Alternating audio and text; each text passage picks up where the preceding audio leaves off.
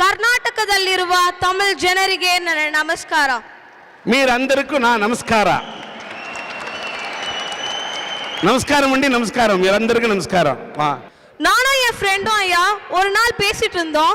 அப்ப என் ஃப்ரெண்டு வந்து என்கிட்ட கேட்டா, சித்ரா நம்ம ஸ்ரீரங்கத்துல பெருமாள் போட்டு இருக்க நாமும் பெருசா இல்ல திருப்பதியில பெருமாள் போட்டு இருக்க நாமும் பெருசான்னு.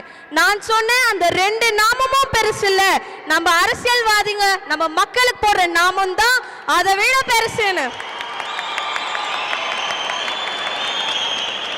அதனாலதான் சொல்ல வர, எனக்கு கொலவெறினா சில அரசியல்வாதிகளை பார்த்தா மட்டும்தான் வைதஸ் கொலவெறின்னு எனக்கு கேட்க தோணுது. ஒரு நாள் வந்து ஒரு மினிஸ்டர் அவர் வந்து போறாரு, full bullet proof jacket, full ப்ரொடெக்ஷனோட. அவர் கார் இங்க நடுவில் இருக்குன்னா, ஒரு காருக்கு முன்ன ஒரு 50 கார் ஃபுல் வித் சைரன், பின்னால ஒரு 60-70 கார் வித் சைரன். அதை பார்த்த உடனே பப்ளிக் பார்க்குறாங்க.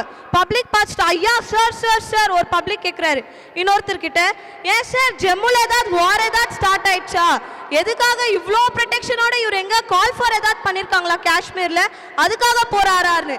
அதுக்கு அவர் சொல்றாரு, இல்ல ஐயா அது வந்து இவரோட சொந்த தொகுதிக்கே 2 வருஷம் கழிச்சு இப்பதான் தலை காட்ட போறாரு. அவருக்கு அவங்க சொந்த மக்கள் எல்லாம் அவர் மேல கொலவெறியோட இருக்காங்க. அந்த காரணத்தினாலதான் இவ்வளோ பயம், அதனாலதான் இவ்வளோ ப்ரொடெக்ஷனோட அவர் போறாரு. ஐயா ஐயா ஒரு நிமிஷம். எங்கள் ஊரில் ஒரு எம்எல்ஏ ஒரு 10 வருஷத்துக்கு முன்னாடி அமெரிக்காவுக்கு போயிருந்தான். அங்கே ஒரு அமெரிக்கா மந்திரியுடைய கெஸ்ட் ஹவுஸில் தங்கிட்டு இருந்தான் 2 நாள். போனவனுக்கு ஒரு பெரிய ஆச்சரியம், எப்படா அந்த அமெரிக்கா மந்திரிக்கு இவ்வளவு பெரிய சொத்து சுகம் ஆடம்பர வசதி வந்ததுன்னு ஒரு சந்தேகம். எம்எல்ஏ கேட்டான், எப்படிங்க உங்களுக்கு இவ்வளோ சொத்து சுகம் ஆடம்பர வசதி வந்ததுன்ட்டு.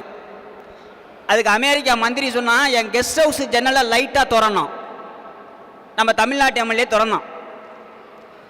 அமெரிக்கா மந்திரி சொன்னால், அங்கே ஒரு நதி போதா பாருன்னா. தமிழ்நாட்டு எம்எல்ஏ பார்த்துட்டு, ஆமாம் தெரியுதுன்னா. அந்த நதியை சுற்றி ஒரு பாலம் தெரியுதா பாருன்னா. ஆமாம் தெரியுதுண்ணா. அமெரிக்கா மந்திரி கடைசியாக சொன்னால், அந்த பாலத்தை நல்லா உத்துப்பாரு, ஒரு சின்ன சின்ன விரிசல் இருக்கா பாருண்ணா. ஆமாம் தெரியுதுண்ணா. இப்போ தெரியுதா நாங்கள் எப்படி பணக்காரன் ஆனுங்கண்ணா. பாலத்தில் சின்ன சின்ன கமிஷன் அடிச்சுனுக்கிறான். ஓ இப்படி தான் அமெரிக்கா மந்திரி பணக்காரனான்னு சொல்லிட்டு தமிழ்நாட்டு எம்எல்ஏ வந்துட்டான் வீட்டுக்கு. ஒரு 10 வருஷம் கழித்து நட்பு ரீதியாக சந்திக்கலான்ட்டு அமெரிக்கா மந்திரி எம்எல்ஏவை பார்க்க வந்தான்.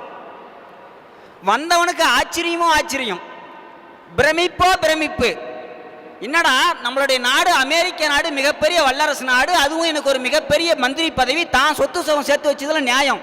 ஒரு சின்ன குட்டி நாடு, அதுவும் ஒரு சின்ன எம்எல்ஏ பதவி, எப்படா தன்னை விட இவன் 100 மடங்கு அதிகமாக வசதி ஆகிட்டான்ட்டு இவன் கேட்டான். உங்களுக்கு எப்படிங்க இவ்வளோ ஆடம்பர வசதி வந்ததுன்னு கேட்டான்.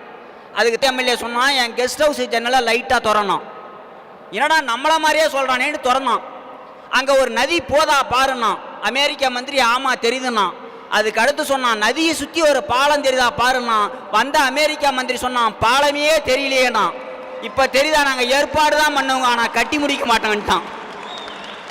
ஆக இந்த அரசியல்வாதிகள் செய்வது ஜாலம், இவர்கள் கட்டவே மாட்டார்கள் பாலம் என்று இவர் சொல்ல வருகிறார்.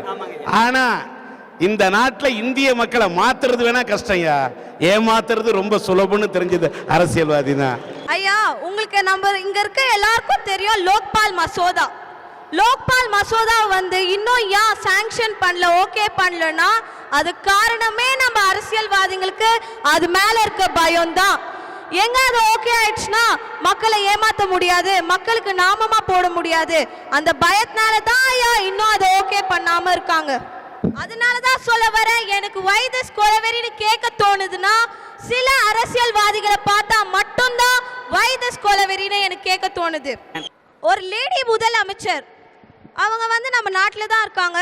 அவங்க ஒரு ஆர்டர், அவங்க வந்து என்ன பண்ணியிருக்காங்கன்னா, அவங்க கட்சி சின்னம் அதை வந்து அவங்க ஸ்டேட் பூரா வச்சிருக்காங்க ஐயா.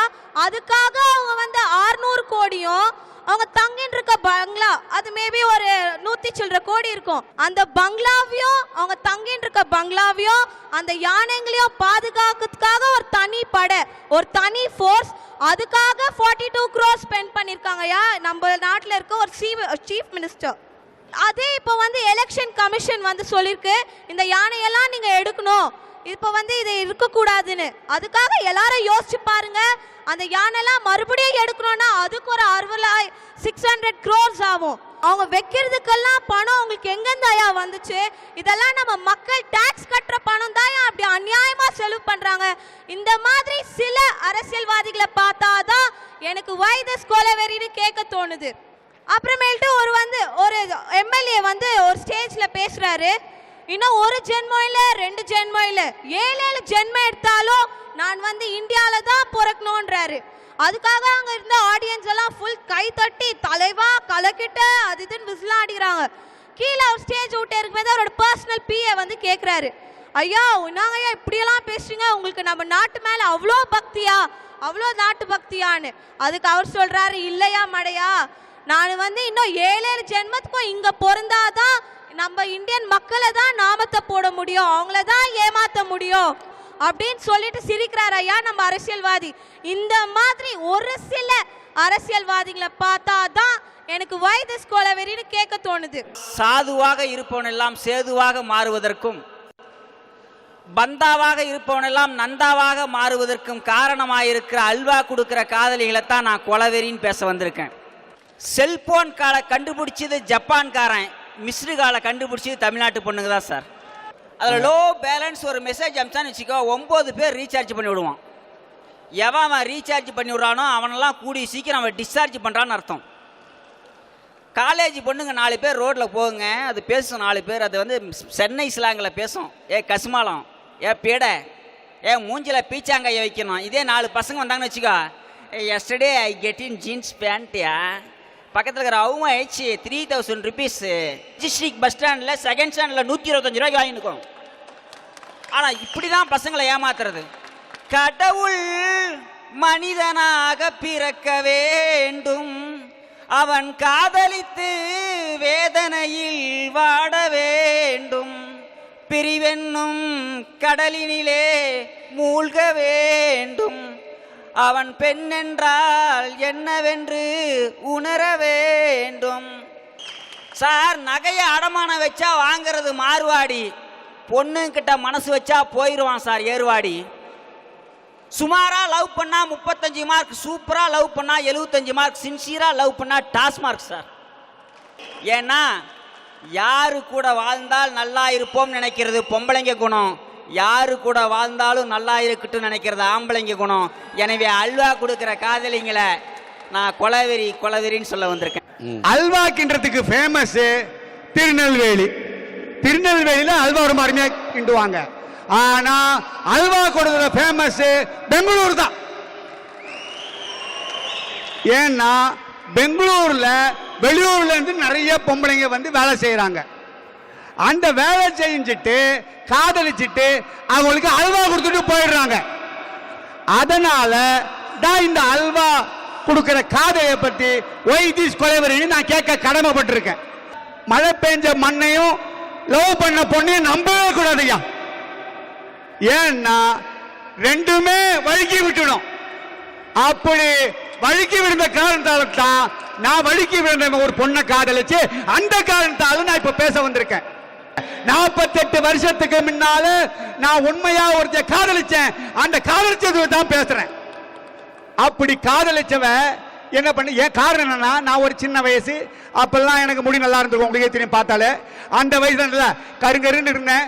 சினிமாவில் நடிக்கணுன்ற ஒரு ஆசை, சினிமாவில் நடிக்கின்ற ஒரு ஆசையினால நான் என்ன பண்ணேன், இங்கேருந்து சினிமாக்கு நடிக்கிட்டு போகணுமென்ட்டு வசனத்தை வச்சுக்கிட்டு பேசினே இருப்பேன். எப்போ பார்க்ல எல்லாம் பேசுவேன். லால்பாக்கில் போய் உட்காந்து இந்த வசனத்தை பேசி மனப்பாடம் பண்ணா நமக்கு சினிமாவில் ஒரு வாய்ப்பு கிடைக்கும்ன்ற எண்ணத்தில் நேராக போனேன். வசனத்தை பேசிக்கிட்டே இருந்தேன். பேசிட்டு இருக்கும் பொழுது, நீல திரைக்கடலே கரைகானா நெடுங்கடலே அலைவாயும் ஆழ்கடலே நிதம் தவஞ்சை குமரியே கடலில் முத்துண்டு முற்றல் கனியில் சாருண்டு மண்ணில் பொன்னுண்டு உயிர் விண்ணில் நிலவுண்டு மனத்தை மலர் அறியும் அன்பு மனதை இறை அறிவார் உன்னை நான் அறிவேன் என்னை நீ அறியாயோ முத்துடைய முதுகடலே சொத்துடையவன் அல்ல தம்பித்துடையவன் அன்றியும் பற்றுடையவன் பாரதத்தில் மேலும் சொல்லிட்டு சொன்னேன்.